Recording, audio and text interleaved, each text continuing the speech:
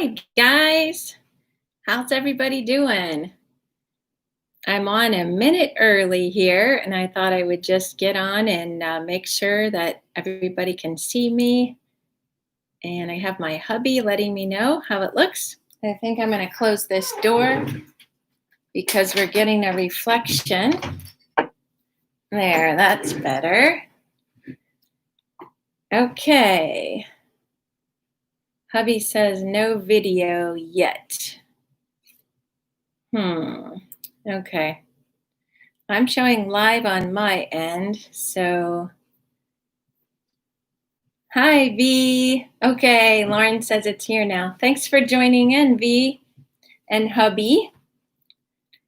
So, do I look lined up, Lauren? Is everything okay? Lighting and all that? Tonight, we're going to be taking some questions that I've received on my community tab and going over them. And if we have time, if you have a question, you can ask it as well on the show. Okay. Great. Okay. Let's hop right in. I had 3 different questions from my community tab, like I said, and I'm going to read those. And if you think of any questions, you can hold them till the end. Or if you have questions that are something that we're talking about, go ahead and jump in on that. Hi, Rhonda. Oh, I'm so glad you're enjoying the channel, and I'm so glad you could join us on the live. So we're going to be talking about organization tonight. So feel free to introduce yourself if you're new or even if you're not new.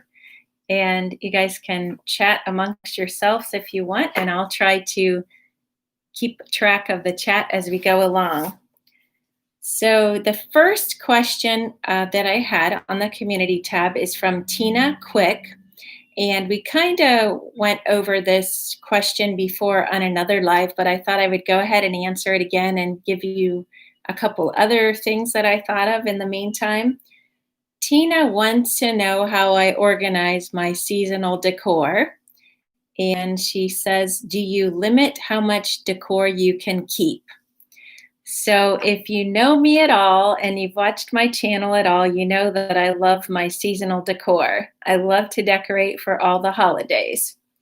So yes, I do limit my seasonal decor. I do keep it in the basement on a shelving unit that my husband made me, especially for my big, huge plastic bins. I label all of my bins, and sometimes I use my label maker, and sometimes I just use 3x5 cards. And after tonight, you are going to know that I love 3x5 cards for all kinds of things. We're going to talk about them some more. So you can say that I limit my decor to my bin size. And sometimes I do get another bin for a holiday, especially Christmas. I seem to add on to Christmas a lot. But what I do is I purge frequently. You probably can all relate to when you get out that bin, there's probably some stuff you're not real excited about anymore. So go ahead and pass that on to somebody, whether it be the Salvation Army or Goodwill or a friend or a child, an adult child. I give a lot of stuff to my daughter, and she enjoys getting things seasonally and otherwise. And it always makes me feel better to give it to somebody that I know really wants it or can use it. So let's see.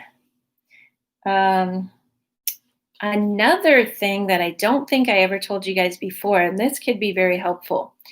I don't store my wreaths in my bins because they take up a lot of space and they can get crushed or broken real easily. So we were fortunate enough to have pegboard in our basement when we bought our house. And so I've been storing my wreaths. That's kind of hard to say. I've been storing them on the pegboards on little metal pieces that are for hanging. And I just have a bunch of them and I keep them and then I add them whenever I need to put up a new wreath. And that's been very helpful and gives me a lot more space. And you can do that with signs as well. If they have like a little piece of twine or something, you can hang them on the pegboard as well. Yeah, my hubby spoils me in lots of ways, but whenever I want something, he usually makes it for me or finds a way to get it for me. So you're right, hubby, and thanks. Now, something to keep in mind about your seasonal decor, your taste could change, your style could change, just like it does for your regular decor that's not seasonal. Don't, don't be feeling bad about that. Go ahead and move on to a new style if that's what you want to do. But don't keep it all. So purge what you've outgrown or what you don't like anymore in the ways that we talked about. Donate, give it to a friend, give it to an adult child, whatever. So don't feel bad. Just move along and know that your taste will change. And that's what keeps it interesting. Now, another thing that I like to do when my tastes change, since I'm crafty, I like to redo old pieces. So you could give them a makeover, and that would be fun. And then you're not buying something new, you're not wasting what you have, you're just repurposing it. So that's another idea. And I also like to make my own signs for the seasonal decor. And if you are one who likes to do that, think about making them two-sided. We currently have a sign that my hubby cut out for me and I made, and on one side is a scarecrow and on the other side is a snowman. And it's kind of good if you can make the holidays back to back because otherwise it's another issue of how you're going to store it. If it's Valentine's Day and Christmas, you know, I guess that would work, but let's say it's Christmas and 4th of July. So it can work, but it just takes a little more organization. Oh, good, V. She likes to make over her furniture, painting it. Yes, really, it can apply to a lot of things. I love to give all decor items a new look and furniture. We've done that a lot. It just makes you feel like you got something new and you really did, but you didn't have to pay for it. Maybe some paint, or you might even paint it with something you already have, some paint you have that's going to go to waste otherwise. Hi, Pam. Okay, she rotates out her decor every few weeks. Ditto, give new life by repurposing. Just did my first two-sided inspired by Target. Oh, that's awesome. I love to change out my decor too, even when it's not seasonal. Like if it's just decor that I keep out all year round, I like to switch that up. I get bored real easy. Thanks for joining us, Pam. Okay, another idea that I came up with is if you can get things for your seasons that are colors that could go for many different seasons, that's another way to save on your storage. So let's give it an example. I like to use red for Christmas. I like to use red for Valentine's Day. And recently I've decided why not use red for fall? So as long as it's not emblazoned with harvest or Merry Christmas, you can do double or triple duty by just using something kind of plain, but with colors. I feel like a wee star by you reading my post. Oh, thanks, Pam. That's awesome. You're too kind. I appreciate that. Okay, let's see. The last tip that I have about seasonal decor is kind of something that I've never really thought about until today when I was putting this together. And actually, I have two more tips for you because they kind of piggyback. I try not to buy huge seasonal decor. Reason being, you're going to have to store it most of the year and it's going to take up a lot of space. So I try not to buy huge items. And then, oh shoot, I think I forgot my other tip. I'll think of it in a minute, but it had to do with seasonal items and large items. So if I remember, I'll come back to that. But think about it, you can really get carried away. Like today, I was at a thrift store and I saw this adorable scarecrow, but he was almost as tall as me. And I thought, what am I going to do with that for, 10, 11 months out of the year? No, thank you. So, what do you guys think about all those ideas? Does anything resonate with you? You can type to me and let me know. Let me make sure I covered it all. Yeah, I can't remember what that other idea was. And it was just something that popped into my head that I didn't have written down. Okay, while you guys are thinking on that, and if you want to put any comments, you can. I'm going to go on to the next question.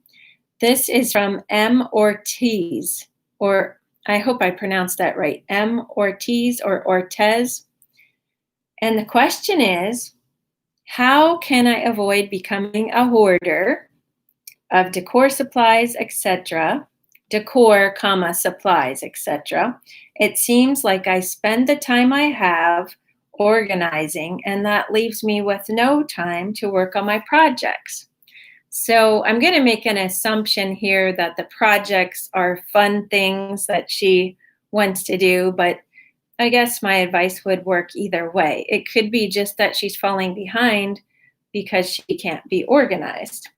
He or she, I'm not really sure if M is a male or female. So if you're listening, you could introduce yourself if you like. So the first suggestion I have is to actually schedule time for organizing. And then when that time is done, you can be done. Otherwise, it can take over your whole life and you're not going to sustain that. You're going to give up. So schedule some time specifically for organizing. And then my advice is the reward is going to be working on a fun project. So it's all about balance. You can't organize your whole house and never do anything fun or never do projects. It's just not going to work. So I kind of talk myself into, if I get this chore done that I don't really want to do, then I can do this that I really do want to do. So, hi, Vintage Bungalow. Remind me of your name. I'm not good on my feet. I know you, but I can't remember your name. Hi, Lori. Thank you. I'm glad you're enjoying the advice. Thanks for joining in. That's great.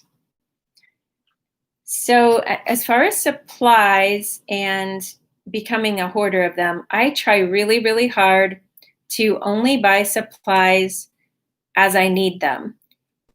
And I'm going to say, if there's something that I use all the time, like paint, of course, I'm going to keep a good supply of different colors because I use that for a lot of different projects. But if it's a specialty item, I can kind of guess I'm only going to use it for this project. Or if it's something that I don't think that I'll need a lot of, I just buy a little bit. So that's one little tip there. And of course, if you have a place to put these supplies, you can use the container concept, which I've mentioned before. And that is, you have a specific container or a specific space for whatever, A, B, C. Let's say a specific space for artificial flowers, because right now my artificial flower supply is out of control and I need to get that in hand. So I'll use that because it hits home. Then once that area is full, same as we were talking with your seasonal decor, you don't buy anymore. Or you can choose to get rid of some of what you have that you no longer love or you're not going to use. So that kind of forces you to keep it in check. Hope that makes sense. Melissa, yes. Hi, Melissa. I'm so glad you joined in. Okay, so then always keep in mind, this is my little mantra: declutter what you don't love, you won't use, or you don't need. It could be something that's utilitarian. So this applies to everything. So those are my tips for avoiding becoming a hoarder. And I also made a note here: really consider giving things to your children. I have a daughter that loves to get stuff from me. And also, I want to add a little caveat there.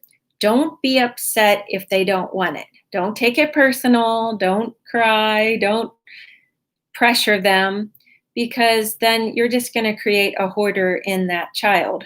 And you don't want to do that. Or a friend. I have a friend that likes to get things from me that I pass on. And it makes me feel good because I know, number one, that she really wants it. We have an agreement. She's not going to hurt my feelings if she doesn't take something. And also, I know that she gives things to others that can use them and blesses them. So that makes me feel double good. Okay. So that's that question. I'm going to take a little sip here. I find when I talk without people being able to talk with me that I get a really dry throat. Thanks, Lori. She likes that idea. Okay, we've kind of talked about this question before too, but I've tried to put a couple different ideas out there. This question comes from Julie Carr, and she says, where to begin? One room at a time? Do 1 hour at a time? I had surgery and I'm behind on things. So something that I learned from the Fly Lady is you are not behind, jump in right where you are. And she's fly washed me. I've listened to her for years. She has an email list. She has a podcast now, and also she is on YouTube. So whatever type you like to get your information by hearing, seeing, or reading, she's got you covered. And I know a lot of people on YouTube follow Fly Lady as well. So she has a whole system, and I just like a lot of her ideas, and I've let them kind of wash over me, no pun intended, and I really take them to heart. And it's kind of like a little voice talking in your head for the good and telling you how to handle things or what to do. So I just want to put a little blurb out there for Fly Lady. And I really appreciate that she says you're not behind, just jump in where you are, because then you're not going to feel discouraged before you even get started. So there's no changing where you're at. You might as well embrace it and just jump in. So some ideas on how to just jump in for Julie. I learned something from a podcaster, and I do love podcasts. This podcaster's name is A Slob Comes Clean, and I just love her ideas. Now, she talks about the visibility factor, and let me see if this resonates with you guys. This really makes sense to me. Why would you start cleaning something that nobody will see if they come to your house, or that you don't see right out in the open? So, for instance, let's say you're going to spend an hour organizing. Should you go to a remote closet in your house that you know is a mess and start on that? You spend the most amount of time in, what you would see, what bothers you. It's called the visibility factor. And start there. And that way, you're going to feel wonderful when you've made progress that's right out in the open and that you see every day, that kind of smacks you in the face. So you could get real easily distracted if you started in that obscure closet or the room that's closed off that nobody ever goes in. So that's my suggestion, to start with the visibility factor, and or it could be the same thing, the space that's bothering you the most. So that's one way of looking at it. And then let's say you're the type of person who okay, that sounds like a good idea in theory, but I need variety. I don't want to be stuck on this one room that's the most visible that needs the most work. So, in that case, you could pick a couple rooms. And again, I would pick the ones that are the most visible or that you use the most or that are bugging you the most. Don't go into those closets yet. And then you could divide up your time. Like, let's say you're going to spend an hour one day. You could pick 3 or 4 rooms and do 15 minutes in a room or 20 minutes in a room if you're doing 3 rooms, whatever. And that way, too, you're going to see a lot more rooms coming together quicker, if that makes sense. Hey, Michelle. Thanks for joining in. Right now, we're just talking about where to begin. This was a question from Julie Carr. Should we do a room at a time? Should we do an hour at a time? How should we do it? So I'm giving different ideas for different personalities, I guess you would say. So we've gone over the visibility factor. We've gone over the variety factor, which is a combo of the visibility with variety. And then I have something called timer pickups. Now, these are good when the bones of your house are organized, but it just gets out of hand and out of control, and the whole house is bugging you. So you could set your timer for 5 minutes for a room, whatever amount of time you want. I try not to make it too long because then you won't finish all the rooms you want to. Maybe 5 minutes, run around and pick up that room, put everything where it belongs before you move on to the next room. So that could be helpful, and you can see a lot of progress in a short amount of time. And also, I do recommend, if you have children, to get them involved as well. And you can actually put this into your routine so that they can come to expect it on a daily basis. You can do it in the morning, you can do it afternoon, evening, whatever works for your family. A lot of us are home more now, so you might need all three. And just make it a fun time. I've learned that from Fly Lady. If you make it fun, it will get done. And when our kids were home in the summer, we used to do our time of chores, which Fly Lady recommends you don't call it chores. She calls it blessing your home. But we do that, and then we get to play. Everybody helps, and then everybody plays. Oh, that's good, Michelle. She likes to start with the easiest task, then lead up to the hardest task. And Melissa says she likes to start in the kitchen and the rest is easier. Yes, see, everybody has a different personality type. So whatever you find works with you and your rhythms, I would go with. So I sort of do like the kitchen idea. I've embraced that, I guess I'm going to say, because I feel like if the kitchen's a mess, I'm just not happy. I don't want to go in there and cook. I don't want to put dishes away if it's a mess. So I really keep on my kitchen morning, afternoon, and evening. So I agree with that. Okay, and then I usually do start out with the easiest task first, just because I don't want to do the hardest task. So I'm more of the personality that I kind of have to, is it called eating the frog? Is that what is that what that is, where you do the hardest task first? Otherwise, I put it off and it doesn't get done. But that's good if that works for you, Michelle, then keep doing it. Oh, okay. Suggestions on getting hubby to declutter. I do have some. My husband knows that decluttering makes me very, very happy. So if he does declutter, number one, I praise him because I am so, so happy.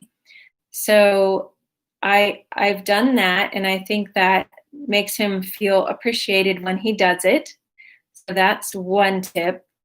I try not to nag, and I try to give a lot of notice if I want something decluttered. Say we're having company and there's an area that I want cleaned up before company. I try to let him know ahead of time. Um, Another tip is I try really hard not to go through the things that he's going to declutter and say, "Oh, well, I paid a lot of money for that. That was a gift. You should keep it."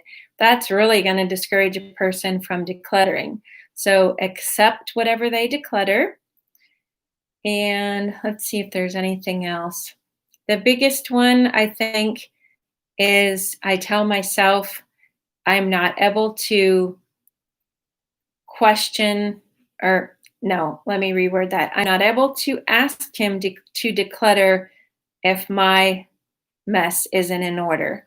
In other words, if let's say our den is kind of our problem area, it's over there, and we both have stuff we need to go through, and it's a constant thorn in my side, and I really need to set some time and just get it done. But I can't question him on, why haven't you decluttered this when I haven't done my own yet? So that's kind of some things that have worked for us. And I don't think my husband's probably still on. He goes to bed really early. But Lauren, if you're still on, and as a husband, if you want to chime in and let us know what would help you to be more open to decluttering, that would be great. Okay, let me catch up on the comments here. Oh, Cheryl's here. Hi, Cheryl. I'm glad you joined in. Okay, and Michelle. Okay. Michelle likes to do the kitchen first too. Yes, it really is the hub of the home. And I know I'm talking about Fly Lady a lot, but she says a shiny sink. How does she say that? Your sink, shine your sink, and then everything else will come naturally, because once your sink is clean, you'll want to clean your counters. And once your counters are clean, you're going to want to sweep the floor and so on. And it really does work. So I like to keep a shiny sink. And then also you can carry that over into other rooms of your house, like your bedroom. Your shiny sink could be making your bed. And then that makes your room look so much nicer that you want to continue on putting the clothes away and so forth and so on. Okay, and Pam says she likes to put her house to bed, just like a 10-minute spiff up. I love it. And there's several reasons why. But the biggest reason for me is if you wake up to a mess, you're already discouraged. So you're already ahead of the game because you've spiffed up your house the night before. So that's great advice. And Cheryl does that in the kitchen. Yes, yes, yes. Fly Lady also has morning routines and evening routines. And boy, I find my days go a whole lot better if I've done my evening routine. It sets me up for success. Hi, Goldie. Thanks for joining in. Goldie likes to make sure her kitchen is clean before she goes to bed. All the dishes are washed up and the house is picked up. So when she gets up in the morning, it's not so stressful. That's what I was just saying, and I agree. It's not hitting you in the face. Yes, yes, yes. Just excuse me one moment. I'm going to wet my whistle. My hubby got me my favorite drink. It's Coke Zero with a little bit of cherry and fountain drink. Okay. Oh, I love that, Melissa. Decluttering is a journey, not a destination. And I think I have a note on that somewhere. Yeah, it's actually my next point. Here's what I wrote down. You still have to clean and do maintenance while you're decluttering. And I think that a lot of us get caught up in the decluttering. We put everything else on hold, and we do look at decluttering as a destination, but not to discourage you, but you're never going to be there because you're constantly bringing things into your home and you need to be constantly getting rid of things. So it's not a one and done. And I don't take that as a discouragement. I just feel like we have to make it a way of life. and know that we have to make time for decluttering and we have to do it on a regular basis. So, love that. Okay. Michelle wants to know if I have any suggestions on decluttering photos and more memorabilia. Ooh, that's a tongue twister. I do. Um, Photos, we'll start with that.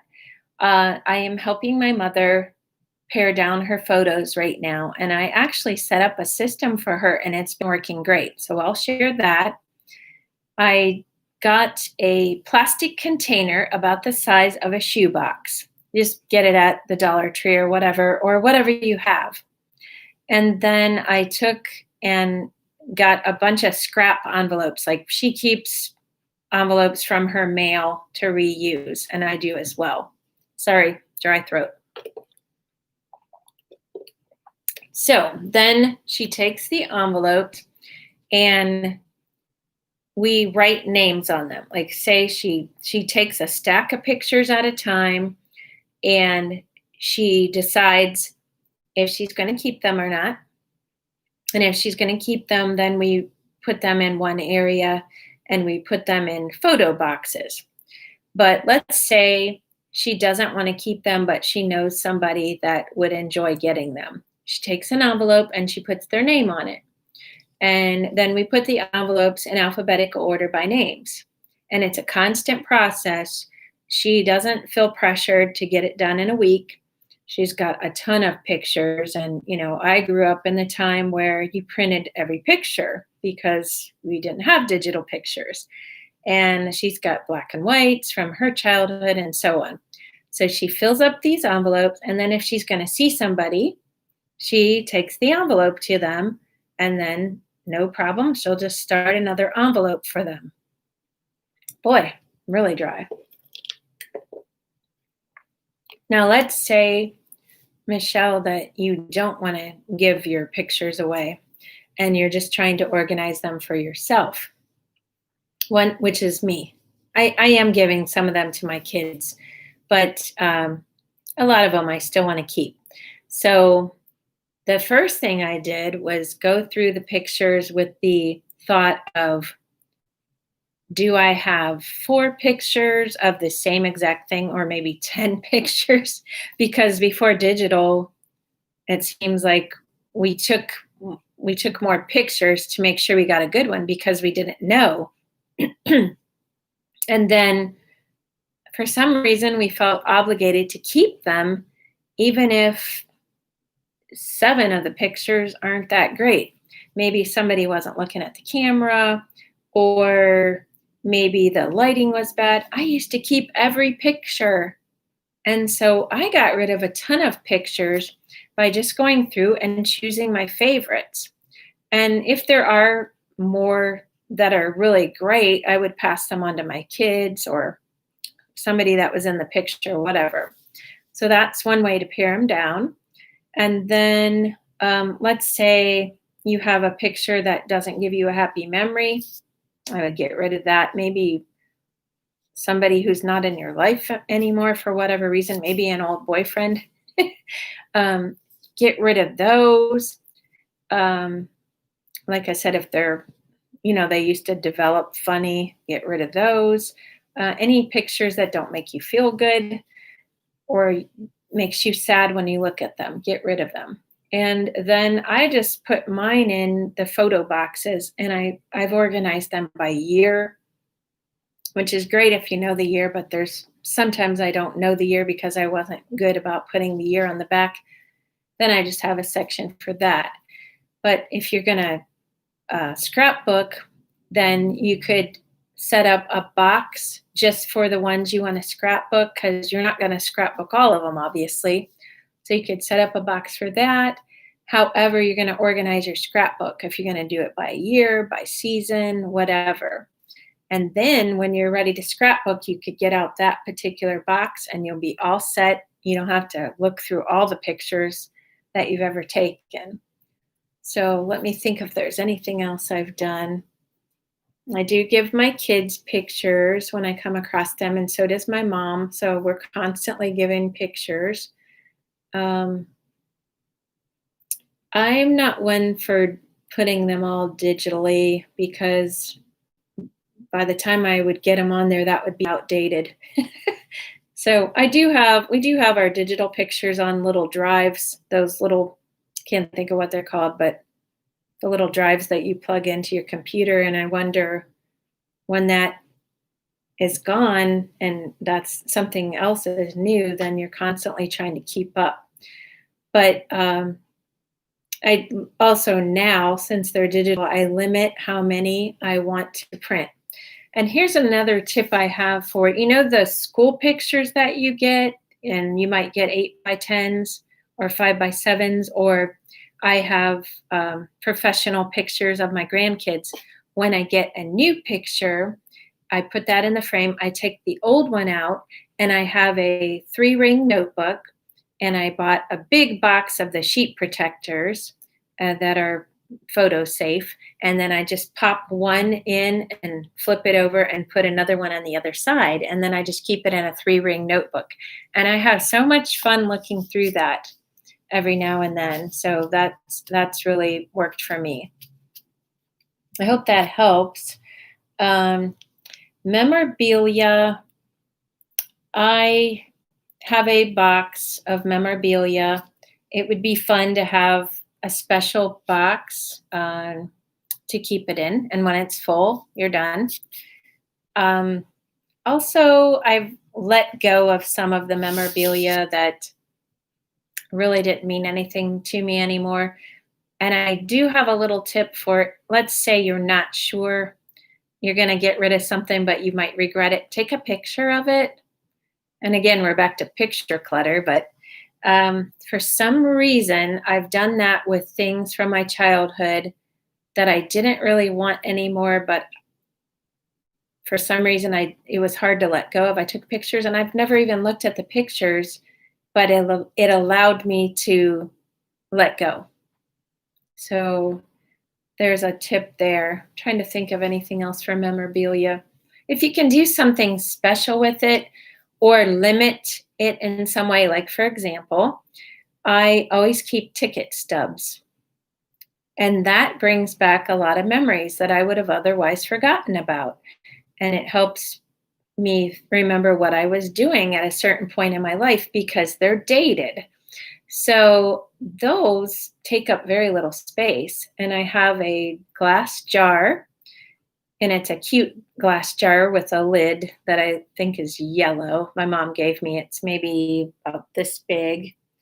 And I just put them on top of the lid until I have enough gathered, because I guess I'm too lazy to open the lid every time. I don't know. Open the lid and chuck them in there. And then those are fun to go through. So another way would be by limiting what type of memorabilia you're keeping. So what do you think, Michelle? Does that help? Let's see. Okay. Cheryl says she was thinking about going through pictures with envelopes and give them away. Good, good. Oh, yes. That's great, Michelle, because your grandkids are going to want to have those pictures to bring back those special memories. I love that. Lori says her sister-in-law filled photo albums with family pictures for the designated family and gave them as Christmas gifts. Oh my gosh, I love that. I am a picture fanatic. So if my family, anybody in my family did that for me, I would be ecstatic. And I doubt it any of my kids are listening, but best grandparent gift ever is pictures in my book. I love getting grandkid pictures. Okay, let's see. Yep, got to buy those albums. Lori loves pictures too. They're just wonderful because they bring back memories I feel that I might not have otherwise remembered, because you remember it because you're constantly seeing those pictures. That's what I love about Facebook memories. Every year, every day of the year, it brings back what you were doing maybe a year ago, 5 years ago. It's so awesome to me. Okay, let me see then if I got everything on my list. Okay, let's go back to, for Julie's question, where to begin. Another fly lady term is a hot spot. Do you all know what a hot spot is? That is somewhere where you pile up stuff and that constantly needs to have a fire put out. So that could be a place where you start. Let's say you have things piled on the kitchen counter and on your coffee table and on your dining room table. That would be a perfect place to start. Put out all the hotspot fires, and you could even do a combo of the hotspots with the timer routine. Set your timer for 5 minutes and work on a hotspot. Or you can try racing the clock. Like, let's say you estimate it's going to take 10 minutes to clean up your kitchen counter. Set your timer and see if you can beat it. That always motivates me. So hotspots are an excellent place to start. I don't think I've ever had a blooper like that on a live. Okay, and we already talked about jumping in right where you are. Okay, I'm going to take a drink and see if anybody has any questions. I promised you a little bonus thing here about 3x5 cards, so I'm going to get ready for that. I was at Target today, and they had ruled index cards for 49 cents for back to school, and I bought 2 packages because I love the ruled index cards. I like them both, but actually I wanted the ruled ones. And you can use them for so many things. So I'm going to give you a couple examples and see if any of these resonate with you and if you would actually use them or not. So it's easy to say, hey, we're going to go paperless, and paperless is better. And I agree that in some areas of my life it is, but I am a very visual person and I love having visual reminders. So here's a couple ways I have used 3x5 cards. I like the colored ones too. I have 3 things that I have written on these cards that I need to do every week. These are very personal examples. I asked my husband if he cared if I shared, and he said, go for it. We both wear mouth guards at night because we grind our teeth, and I wash them every Thursday. I soak them. I wash mine every day. I don't know what he does with his, but every Thursday I wash our mouth guards by soaking them all day. These live on my nightstand. I also have one. He wears a CPAP machine, so I wash his CPAP tubing and mask once a week on Fridays. And then twice a week, I need to check the water in his CPAP machine and keep it up to date for him. So what I do is, you can use this for anything that you do that you want to remind yourself. I'll just put the cards on my nightstand and put the one on top that I need to do next. And this has reminded me and helped me to keep on track. And I love it. It's very simple, and it's a rotation thing, and I just keep at it. So that's one way. Who's here? Annie, hi. Good, you didn't miss me. Oh, I'm so glad you needed this today. Okay, great. Well, if you have any specific questions, let me know, and I'll see if I can answer them. Big hugs back to you. I'm so glad you joined us. Now, the next idea that I have for 3x5 cards, this is something I pulled out that I haven't used in a while, but I thought if any of you have kids at home, this may work out great. So I took different tasks. This one says empty trash. And you might be able to tell these are plasticized. So when the kids lived at home, we had different chores that would rotate. And sometimes I would just want to give them a chore that they could help out, especially in the summer. and I would lay it at their spot at the table, and they would know that they were supposed to do that before they did their fun stuff. So they were for the children. They were also for me, like this one, plug in crock pot. I didn't want to have my crock pot all ready to go and forget to plug it in. So I would lay that on the counter. I love the pink color. It really got my attention. Here's one, towels. I had to run towels through the washer a couple times a week, maybe more when the kids were here. So just lay it out on the counter. I knew I was going to do that the next day. This really helped me. Here's one my daughter made. It says water flowers, and she decorated hers. That was her job during the summer. So here's a good one. Exercise. I need a little boot in the pants to do that. Oh, Annie says she's so ADHD that she would lose those cards. Well, you got to keep them in a spot where you'll remember. I always kept them in the kitchen. So there's all different ones. Here's one before we had our thermostat that was hooked up to our phones, adjust the thermostat. If I was leaving for the day, then I wouldn't be paying for my heating or cooling real high all day long while I was gone. Okay, so just think about it and see if there's ways that this might help you, whether it be a one-time thing or something that you do all the time. Okay, so Melissa says you can use 3x5s in a small box to get your spring cleaning done. Pick a card and do it and move it to the back. I love that. That's really awesome. And Annie does her spring cleaning in the fall. Hey, whatever works. That's the main thing that I want to get across to you. If you just try to do it the way I do it and it doesn't resonate with you, you're not going to get anywhere. So take the little tidbits that you like and run with them.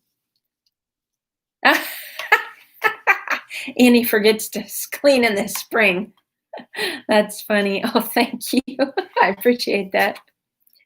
Okay, this last one that I have is for helping my parents. Do any of you have parents that need a little bit of help organizing? I know mine are at that age. They're 86 and 87. They're still living on their own in their own home, but it's because my brother and I helped them to be able to still do that. So I think it was 3 years ago, Mom fell and broke her shoulder, and my dad, we found out he had bone cancer. So they were both in really bad shape, and my husband and I moved in with them for about 10 weeks. And while we were there, we had all kinds of people in and out, the physical therapists, the people that help them, the home health aides that help them shower and all that kind of stuff. Then we had appointments outside of the home that I had to take them to for their chemo, for their therapy, for appointments to get my mom's surgery to happen, just all kinds of stuff. So every night before we went to bed, I would get multiple questions. What's happening tomorrow? Who's coming to the house? And they would forget because they just had so much on their plate. So I devised a 3x5 card system. And what I did was I wrote a little example for you. I just took at the top and I wrote the date. And then I wrote what was happening. Now, this would apply to them now. It says, Wednesday, September 2nd, physical at 8 o'clock a.m. Dad, I'll pick you up at 8:15. Take list of meds. That's just a made-up example, but you could write your dates. You could write your times, what's happening, who's it happening for, mom, dad, whoever you're helping. And then any special instructions could go on there. Here's another one. It says Friday, September 4th, Mom, prepare birthday card for Susie and mail. Mom's having a little trouble remembering things, so this helps her stay on task. And then we just keep these in a stack in order on the edge of their table, and it has helped them immensely. They both refer to it, and for some reason, it's easier than looking at the calendar. I think because the calendar is so small compared to this, and then they have to figure out the date and everything. Where this, we just, once the day is over and the card's done, we use the back and then we get rid of it. So they're not looking at old information. Okay, let's see what's going on here. Oh, Lori, yours are both gone. I'm so sorry. Yeah, I am going to have a hard time when I lose my parents. I just adore them. So I feel for you. Uh, Annie's mom is sharp as a tack, keeps me on edge. I thought you were going to say she keeps you on track. That's awesome. And Pam has become the parent that needs help, according to my 5 daughters. That's funny. Cheryl. Okay, you guys are having some fun here. That's funny. Okay, Cheryl's saying, did I miss something? I'm talking about kids, not parents. Okay, I'm glad to know that. Yeah, yep, we're talking about parents. But really, this could be used for anybody. And if you find yourself overwhelmed and your calendar's not cutting it, then this could help you as well. But my mom will tell anybody that will listen about her 3x5 cards. She just thinks like I'm a genius that I came up with this. So it's a lot of fun. Okay, let me check and see. I think that's all that I had for you tonight. If you have any questions, put them in there now. And let's see, today's a Wednesday. I'm pretty sure I'll be having a thrift haul up for you probably Friday. And then on Tuesday, I'm participating in a challenge. It's called Make Something New, I think. Let me look at my planner so I don't misquote it, and I'll tell you the date. It's September 8th. It's Tuesday, and it's called Make It New Challenge. I didn't think that sounded quite right. And that is with Jasenia at Be Thrifty and Kiki at Kiki DIYs. So that'll be a fun collab. So hope you can join in for that. Let's see, what do we have? Pam says, Cheryl, my kids are still in and out, even though they have their own place. I love those calls that ask me to come out and clean or organize. Oh, that's so sweet. That's awesome. Hi, Penny. How are you? I'm so glad you joined. We're just finishing up now, but if you have a question, go ahead and ask it and we'll handle it. I appreciate every single one of you that popped on here and joined in and introduced yourself and all that. And if I can ask if you guys would give me a thumbs up, that'll really help my channel. So last call for questions. Oh, you're welcome, Annie. I know you love going live, so you're the queen of going live. You're welcome. Oh, okay. Thank you, Annie. You are amazing at doing that crafting while you're live. I'm not sure I can do that because I can't get myself organized to plan ahead. Okay. Oh, hi, Laura. Oh, you're in from Mexico. That's great. Thanks for joining us. Okay, I hope you guys got some good out of this. And I appreciate you for joining. And I'm going to go ahead and close it off if everybody's done asking questions. So thanks for joining me, and I'll see you next time. Bye-bye.